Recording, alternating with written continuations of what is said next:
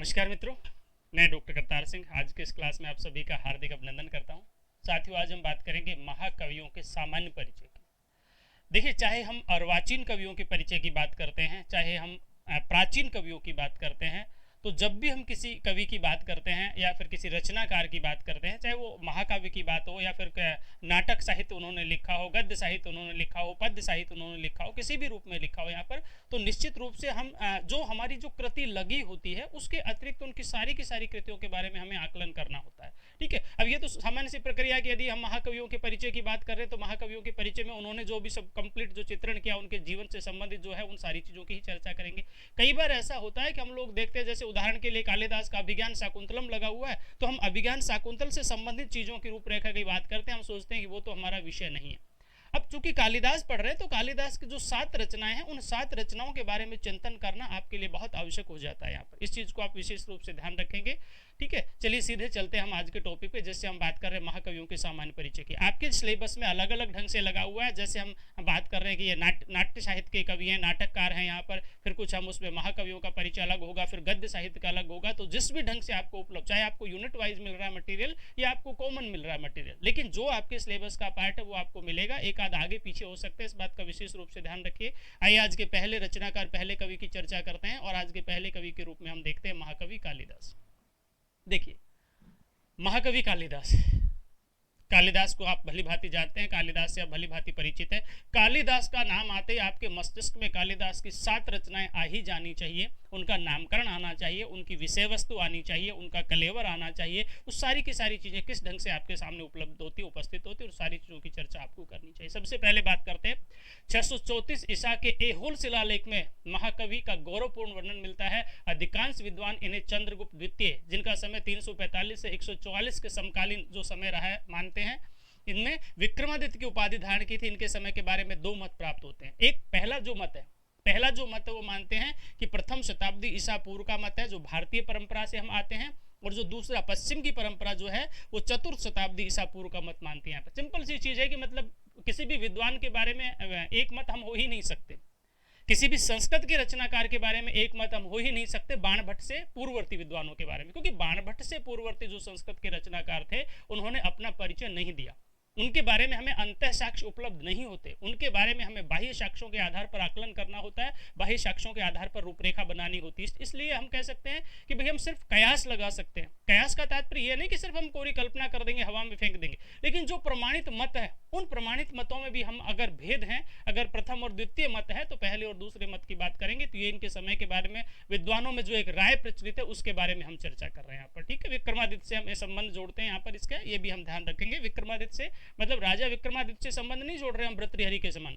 ठीक है, इनको विक्रमादित्य की उपाधि मिली हुई थी, इस बारे में कल्पना हम करते हैं यहाँ पर। एक किंवदंती के अनुसार कालिदास विक्रमादित्य के 9 रत्नों में से एक थे। ठीक है, 9 रत्न एक किंवदंती है, लोक कथा है, दंत कथा है, काल्पनिक चीजें हो सकती हैं, सत्यता इसमें नहीं होती यहाँ पर। लेकिन सवाल पूछेगा तो सवाल भी सत्यता के आधार पर तो पूछा नहीं जाएगा।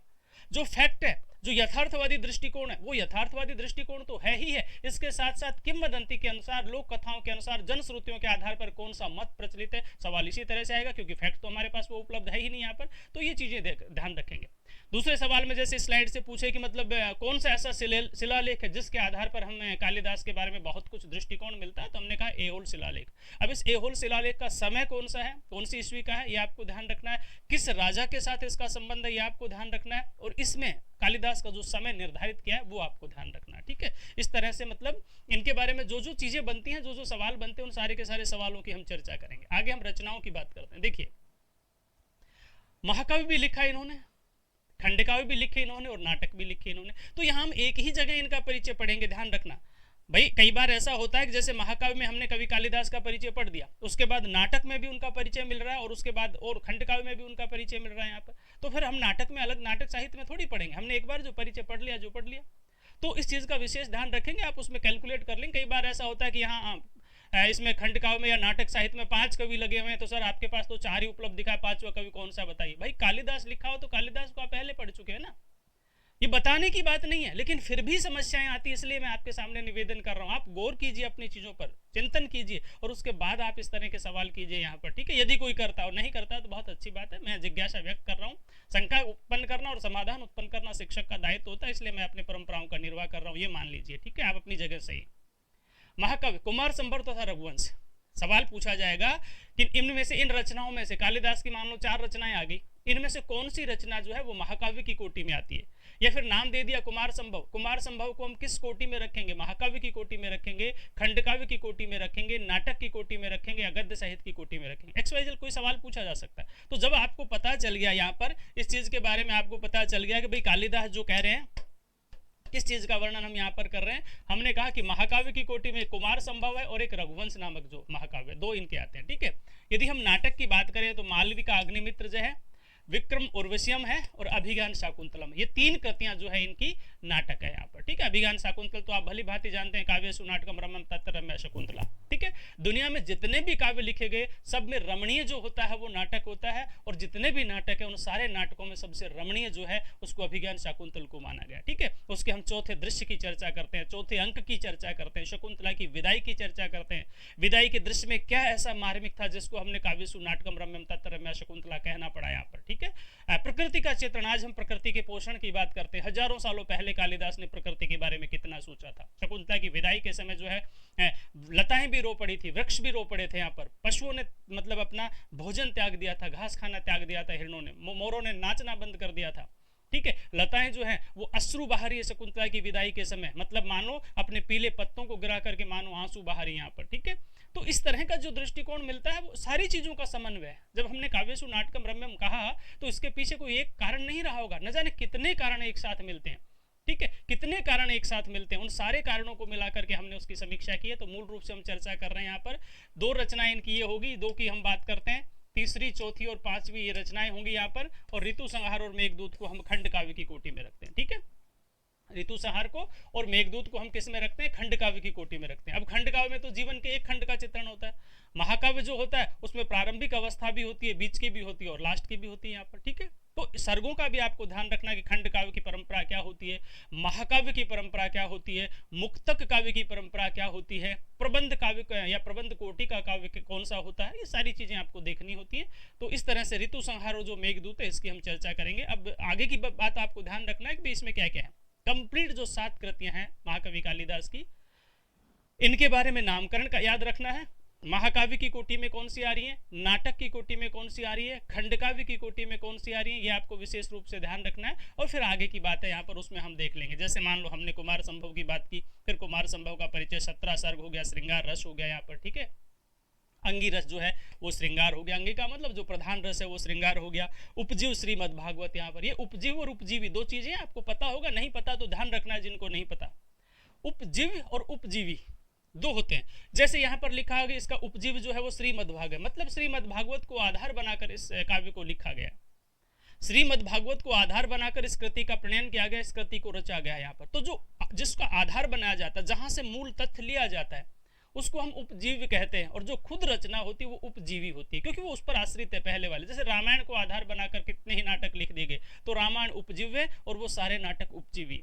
महाभारत को आधार बनाकर न जाने कितने ग्रंथ लिख दिए गए, तो महाभारत उपजीव्य है और वो जितने भी ग्रंथ थे वो उपजीवी यहाँ पर। तो इसका जो उपजीव्य है वो कौन है? श्रीमद् भागवत गीता। शिव पार्वती का वर्णन इसमें मूल रूप से किया गया है। हिमालय, मैनाक, तारकासुर, ब्रह्म, इंद्र, कामदेव, सप्तऋषि, कुमार, कार्तिक आदि इनके जो है वो पात्र हैं, प्रमुख पात्रों की बात बताई। कई बार सवाल पूछ लिया जाएगा कि यहाँ पर जो है मान लो तारकासुर कौन से ग्रंथ का पात्र है या कौन सी रचना का पात्र है, ठीक है। इसमें पूछ लिया कि मतलब कुमार कामदेव जो है और रति का वर्णन कौन सी पात्र में हुआ है, कालिदास की किस कृति में हुआ है, ये किस कृति के पात्र है, किसी भी रूप में सवाल पूछा जा सकता है, ठीक है। तो इस तरह जो वर्णन किया यहाँ पर, ये जो है जितने भी लोग बताए गए यहाँ पर, इसका वर्णन है मूल रूप से कुमार संभव में। कुमार कार्तिकेय जो शिव और पार्वती की औरस संतान है यहाँ पर, ठीक है, जो औरस संतान जिसको कहा गया है, और शब्द सब समझ रहे होंगे यहाँ पर, खून का रिश्ता होता है, सगी संतान उनकी होती है।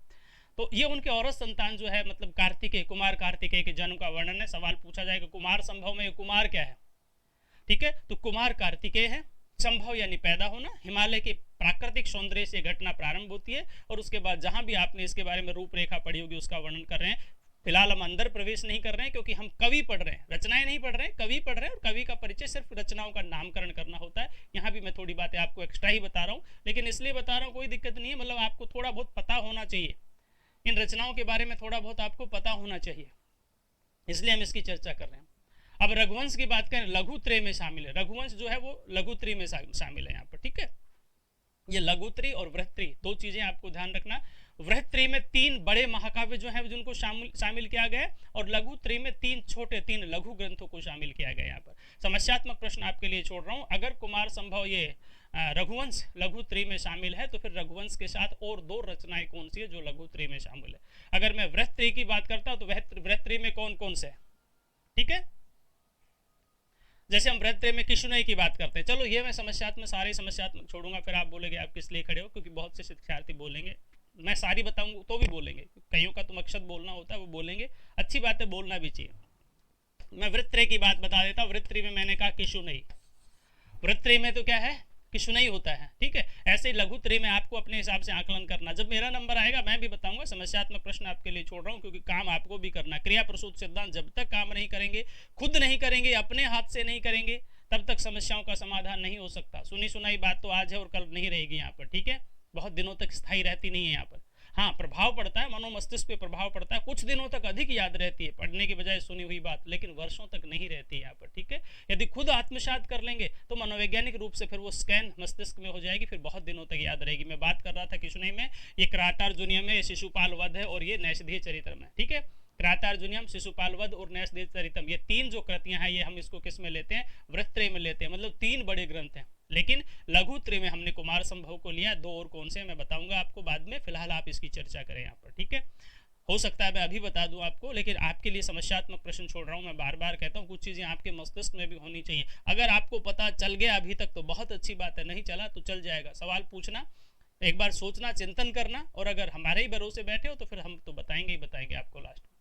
लघुत्रय में शामिल श्रृंगार रस प्रधान है, इसमें उपजीव रामायण है, 31 राजाओं का वर्णन है, नायक नायिका राम और सीता को ही पात्र बनाया मूल रूप से जब ये, ठीक है। बाकी इसमें मूल रूप से राम सीता की हम चर्चा नहीं करेंगे, क्योंकि रघुवंश में हम लेकर के चले तो रघुवंश में तो ये पात्र हैं, तो हम इसको नायक नायिका का नामकरण ना देंगे। मैं इसके पक्ष में नहीं हूँ मूल रूप से, ठीक है। नायक नायिका की चर्चा हम यहाँ पर नहीं करेंगे, क्योंकि केवल रघुवंश में उसका ही तो वर्णन नहीं किया गया, भगवान राम का ही तो वर्णन नहीं किया। सवाल ये बनता है, नायक की भूमिका में राम है, नायिका की भूमिका में सीता है, प्रभावी रूप से वर्णन किया हो सकता है, इसका मैं विरोध नहीं कर, लेकिन मैं ये कह रहा हूँ कि यहाँ मैं इस सवाल को नहीं आपके सामने रख रहा हूँ। मैं आपके सामने सवाल रख रहा हूँ कहाँ से प्रारंभ होता है, रघुवंश की मूल प्रक्रिया कहाँ से प्रारंभ होती है, ठीक है। यदि राजा दिलीप का वर्णन आया है तो कहाँ से आया है, रानी सुदक्षिणी का वर्णन आया है तो कहाँ से आया है, ठीक है। कौन सी गाय का वर्णन हुआ है, कौन से सिंह का वर्णन हुआ है, ठीक है। सिंह जो है वो कौन से वेश में आता है, उसका वास्तविक नाम क्या था, जो पूरी कथानक है यहाँ पर, ठीक है। गाय का नाम क्या था, नंदिनी की बेटी जो है वो, मतलब कामधेनु की बेटी नंदिनी है, तो वो किस प्रसंग में आई है, जो कहानी आपने कथानक को पढ़ा है। सवाल जो बनते हैं उनके बारे में आपको ध्यान रखना है। अन्य पात्र दिलीप, सुदक्षिणा, वशिष्ठ, नंदिनी, रघु, कौत्स, कुबेर, अज, इंदुमती, नारद, दशरथ, रावण, श्रवण, विश्वामित्र, अतिथि, वाल्मीकि, शत्रुघ्न, भरत, अग्निवर्ण, लव और कुश, इन सबका वर्णन हुआ है। ये सारे पात्र हैं, बताना नहीं, रटना है आपको, पढ़ना है इनको, ठीक है। यदि कथानक को पढ़ लेते तो सारी स्थितियां आपके समझ में आ जाएंगी। यहाँ पर ये राजा दिलीप और सुदक्षिणी जो दक्षिणा जो रानी थी उसका तो वर्णन है, सुदक्षिणा है ये, तो इसका तो वर्णन आपको पता ही। यहाँ पर संतान नहीं है, कथानक को आपने पढ़ा होगा जब रघुवंश पढ़ा होगा, तो इन संतान नहीं है और उसके लिए वो आराधना करती हैं। फिर गुरु के माध्यम से बताया जाता है कि सेवा करो, गाय की सेवा करो यहाँ पर, ठीक है। कामधेनु की बेटी जो है नंदिनी, उसकी सेवा करने की बात बताई जाती है। फिर उनकी परीक्षा होती है, ठीक है। वो परीक्षा में वो सफल होते हैं और उसके बाद उनको पुत्र प्राप्ति का वरदान दिया जाता है। ये पूरी कहानी जो है वो आगे तक चलती है। तो बहुत अधिक सवाल पूछा जाता है कि कहाँ से वो कहानी प्रारंभ होती है, ठीक है। और फिर अंतिम राजा कौन है यहाँ पर, उसका वर्णन किया गया। जैसे हम अग्निवर्ण की बात कर रहे हैं, ठीक है, तो वो अग्निवर्ण तक का वर्णन है यहाँ पर। दिलीप से प्रारंभ होती है, फिर अज कौन है, रघु कौन है, राम कौन है, किन किन लोगों का वर्णन है, ये सारी चीजें आपको कथानक में देखने को मिलेगी। फिलहाल मैं रघुवंश की बात कर रहा हूँ। तो एक मेरा महत्वपूर्ण सवाल है, लघुत्रय में शामिल है और ये कालिदास की कृति है, किस कोटि में रखा गया महाकाव्य की, वो मैंने अब बता रहा हूँ यहाँ पर, ठीक है। आगे जितने भी पात्र हैं इनकी चर्चा आप ऑलरेडी कर चुके हैं। मालविका का अग्निमित्र नाटक 5 अंकों का नाटक है, श्रृंगार रस इसमें प्रधान है, इतिहास प्रसिद्ध कथानक है, नायक नायिका जो है अग्निमित्र और मालविका है। अन्य पात्र गणदास, इरावती, वसुमित्र, माधव सेन आदि ये पात्र, ये रटने की चीजें मैंने बताई, क्योंकि हम जब कथानक को पढ़ते हैं, जब कहानी की बात करते हैं, वहां हम सारी चीजें आपको समझाते हैं। लेकिन यहाँ तो आपको ये देखना है कि यहाँ पर ये गणदास कहाँ का पात्र है, इरावती, वसुमित्र कहाँ के पात्र है, माधव सेन कहाँ के पात्र है। कोई भी कृति पढ़ते हैं तो पूछ लिया जाता है कि इसका विदूषक कौन होता है, या फिर ये विदूषक जो है माधव, ये माधवी कहाँ का, कौन सी कृति का विदूषक है। यहाँ पर इस विदूषक का संबंध किस कृति के साथ है, इस विदूषक का संबंध कौन से रचनाकार के साथ है, ठीक है, या किस रचनाकार की कृति में इस विदूषक का प्रयोग हुआ, इस नाम वाले नामधारी विदूषक का प्रयोग हुआ। XYZ 10 तरह के सवाल पूछे जा सकते हैं। कथानक यदि आप भली भांति जानते हो, विषय वस्तु से यदि आपका परिचय है, तो मुझे लगता है बहुत आसानी से आप समस्याओं का समाधान कर लेते हैं। विक्रम और विषम जो है, विक्रम और उर्वशी का वर्णन है यहाँ पर, त्रोटक जिसको हम कहेंगे, ठीक है। त्रोटक तात्पर्य जैसे हम नाटक के रूपक के 10 भेदों का वर्णन आपने पढ़ा होगा 10 रूपक में, कि 10 रूपक कौन होते हैं, नाटक, प्रकरण, भान, संवकार, व्यायोग, डिम, इथि, हमर्ग आदि जो होते हैं, वहां पर उस परंपरा में आपने त्रोटक को भी पढ़ा होगा। यहाँ पर मतलब कुल मिला के रूपक का ही पार्ट है ये। 5 अंक श्रृंगार रस आधार ऋग्वेद और महाभारत, यानी इसके उपजीव ऋग्वेद और महाभारत हो गए यहाँ पर, ठीक है। नायक नायिका पुरूरवा और उर्वशी है। अन्य पात्र इंद्र के सीधे कुबेर है, भरत मुनि, आसिनरी, वनवासिनी, नारद आदि का वर्णन इसमें किया है। तो इन विशेष पात्रों का भी आपको ध्यान रखना है, ठीक है। मैं फिलहाल रचनाओं की बात कर रहा हूँ, रचना के अंदर मूल विषय वस्तु में प्रवेश में नहीं कर रहा हूँ, लेकिन जो मोटी मोटी बातें वो मैं आपको बताने की कोशिश कर। बहुत सवाल बनेंगे, बहुत सवाल बनेंगे। अगर आपके पास ये PDF है तो आप इस PDF को लेकर के न जाने कितने सवाल बना सकते हो। इसी PDF को लेकर के न जाने कितने सवाल बना सकते हो। आपके सामने ये कहाँ का पात्र है, ये कहाँ का पात्र है, ये कहाँ का पात्र है, किस कोटि में आता है, लघुत्रय में कौन है, लघुत्रय में कौन नहीं है, यहाँ पर किसकी कृति है, कालिदास की, श्रृंगार रस कौन सा है, अंगी रस कौन सा है, अंग रस कौन सा है, ठीक है, कहाँ से कहाँ तक की स्टोरी मिलती है, न जाने कितनी चीजें। यहाँ पे सर्गों में बटा हुआ है तो कितने सर्ग हैं, अध्याय में बटा हुआ है तो कितने अध्याय हैं, बहुत सवाल बनते हैं यहाँ पर, ठीक है। सारी चीजों की चर्चा आप लोग खुद करेंगे, यहाँ पर अपने ढंग से चर्चा करेंगे। सवाल बनते हैं, मैं आपको समझा रहा हूँ, लेकिन जितने में 10 सवाल समझा रहा हूं, तो आप उन्हीं 10 सवालों के 100 क्वेश्चन बना सकते हैं। उन्हीं 10 सवालों के 100 क्वेश्चन आप बना सकते हैं। मेहनत खुद करनी पड़ेगी, आपको प्रैक्टिस खुद करनी पड़ेगी। मैं बिल्कुल भी झूठ नहीं बोलता, मैंने कहा कि जो मैंने पढ़ा दिया वो पढ़ लीजिए, सब कुछ इसी में से आएगा। मैंने कंप्लीट सिलेबस को कवर किया है। हम कंप्लीट सिलेबस को कवर करते हैं, बाहर कुछ भी नहीं आने वाला, लेकिन क्रॉस क्वेश्चन तो आपको उसमें से अधिक करने पड़ेंगे यहाँ पर, ठीक है। ऐसा नहीं है कि मतलब मैं आपको डरा रहा हूँ, कि मैं आपको कह रहा हूँ कि नहीं जो पढ़ा रहा हूँ उसमें से नहीं, सब कुछ उसमें से, क्योंकि हमने कंप्लीट चित्रण किया है। जब रघुवंश लगी है तो हमने रघुवंश का कुछ नहीं छोड़ा है, तो बाहर से कहाँ से आएगा, सवाल ही पैदा नहीं हो सकता। बाहर से तो वहाँ जो कोई शॉर्टकट चीजों को अपना, कुछ चीजों को हम छोड़ दें, हम तो छोड़ ही नहीं रहे यहाँ पर, तो सब कुछ उसी में मिलेगा। लेकिन प्रैक्टिस आपको करनी पड़ेगी, बार बार जितने सवाल क्रॉस क्वेश्चन बना सकते बनाइए। आप नहीं बनाएंगे तो हम तो बना ही रहे, हम पहले पढ़ रहे हैं, उसके बाद आपके पास PDF है, उसके बाद क्वेश्चनों की हम डिस्कस करते हैं, उसके बाद हम टेस्ट सीरीज से जुड़ते हैं। तो मुझे लगता है समस्याओं का समाधान ऑलरेडी हो जाएगा। बहुत समय आपके पास, आसानी से करते रहिए।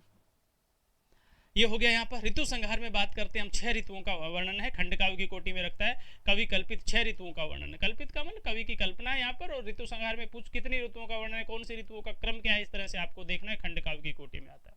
मेघदूत खंडकाव्य, गीति काव्य तथा लघुत्रय में शामिल। अब एक सवाल तो आपका यही हो गया, जो पीछे हमने रघुवंश की बात की थी, रघुवंश के अलावा मेघदूत मतलब और कौन सी जो है वो लघुत्रय में शामिल है, तो रघुवंश के अलावा मेघदूत भी आपके पास में आ गया, दूसरा मिल गया, तीसरा और मिल जाएगा कहीं इसी प्रकार से आपको घर बैठे, ठीक है, मेहनत नहीं करनी पड़ेगी। गीति काव्य तथा लघुत्रय में शामिल 2 खंड, पूर्व मेघ 63, उत्तर मेघ में 52, अक्षय पात्र में यक्ष, मेघ, कुबेर आदि, रामगिरी आश्रम, मास के बाद वीर जागृत, आषाढ़ के प्रथम दिन में, पूर्व में रामगिरी से अलकापुरी तक का मार्ग, जबकि उत्तर मेघ में अलका भवन और पत्नी की दशा का उनकी प्रथम कृति ऋतु संहार को माना जाता है। संस्कृत का प्रथम गीति काव्य मेघदूत को माना जाता है। ये सवाल बनते हैं, देख लेना। मेघदूत के बारे में ज्यादा नहीं बता रहा हूँ, क्योंकि हमने पढ़ा है मेघदूत को। जहां हमने मेघदूत कृति की चर्चा की, वहां हमने पढ़ा मेघ को दूत बनाया गया, ठीक है। एक जो शापित यक्ष है, ठीक, उस यक्ष ने जब अपनी प्रेयसी, अपनी नायिका के पास जो है, अपनी पत्नी के पास या अपनी प्रेमिका के पास जब संदेश उसने भेजा यहाँ पर, तो मेघ को दूत बना करके भेजा। वो मेघदूत की परंपरा है। वो कहाँ, रामगिरी आश्रम से अलकापुरी तक का वर्णन होता है। पूर्व मेघ में अलकापुरी तक के मार्ग का वर्णन किया, और उत्तर मेघ में अलकापुरी के सौंदर्य और नारी की दशा का चित्रण किया, अपनी पत्नी प्रेयसी की दशा का चित्रण किया। ये कंप्लीट चित्रण हमने पढ़ा है, खंड काव्य की कोटि में हम रखते हैं, ऑलरेडी हम कर चुके हैं। कुमार संभव का प्रारंभ हिमालय से होता है, जहाँ शिव समाधि में बैठे। इसके 8 सर्गों पर मल्लिका नाथ की प्रमुख टीका मिलती है। कुमार संभव में कुमार कार्तिकेय ऑलरेडी हम कर चुके हैं, जब हम बात करते हैं यहाँ पर, पहले भी हमने चर्चा की है। कुमार है, हिमालय से वर्णन प्रारंभ होता है, हिमालय का सौंदर्य का वर्णन, और उसके बाद जो जो घटनाएं घटती हैं उसके बाद जो जो घटनाएं घटती हैं उन सारी की सारी घटनाओं का वर्णन। तो मूल रूप से हम जो चित्रण कर रहे हैं, मूल रूप से हम जो चर्चा कर रहे हैं, महाकवि कालिदास की चर्चा कर रहे हैं, रचनाओं की चर्चा नहीं कर। रचना अलग आपकी लगी हुई है, जो रचनाएं लगी हुई हैं, ठीक है, चाहे कुमार संभव की बात है या मेघदूत की बात है, यहाँ पर तो रचनाओं को हमने वहां पढ़ा है। इस क्लास में, आज की इस क्लास में सिर्फ मेरा मकसद केवल ये है कि भाई कालिदास कौन है, कालिदास की जन्म स्थिति के बारे में क्या कहा गया है, कालिदास के जन्म स्थान को क्या बताया गया, कौन सा बताया गया। विभिन्न प्रकार के मत हमें मिलते हैं और जो मत आपको मिलते हैं उनकी चर्चा हम कर रहे हैं। बहुत से विद्वान उज्जैनी को कालिदास की जन्मस्थली मानते हैं, बहुत से विद्वान उज्जैनी को कालिदास की जन्मस्थली मानते हैं, क्योंकि जब हम मेघदूत को पढ़ के देखते हैं तो वहां हमने देखा कि मेघों को दूत बनाया यहाँ पर, लेकिन उन्होंने कहा कि हालांकि उस मार्ग में उज्जैनी नहीं आएगी, लेकिन उसके बावजूद भी तुम्हें चाहे थोड़ा घूम करके जाना पड़े, तुम्हें उज्जैनी में जाना पड़ेगा यहाँ पर, ठीक है, तुम्हें महाकाल के दर्शन करने पड़ेंगे, इतना सुंदर नगर दूसरा देखने को नहीं मिलेगा। तो विद्वानों ने कहा कि उज्जैनी के प्रति इतना अनुराग मार्ग में नहीं है, उसके बावजूद भी उज्जैनी की तरफ भेजा गया है मेघ को, है ना, निश्चित रूप से उनकी जन्मभूमि रही होगी, जननी जन्मभूमि से स्वर्गादपि गरियसी। तर्क देते हैं लोग, तथ्यों को बारे में जानकारी प्राप्त करने की कोशिश करते हैं। यहाँ पर नए मत निकल करके आ रहे, बहुत कुछ दूसरे मत निकल के आए। कुछ लोग उत्तराखंड की भूमि को भी उनकी जन्मस्थली मानते हैं, कुछ लोग कश्मीर के साथ उनके संबंध को जोड़ते हैं। अब सवाल पैदा होता है कि हम क्या करें।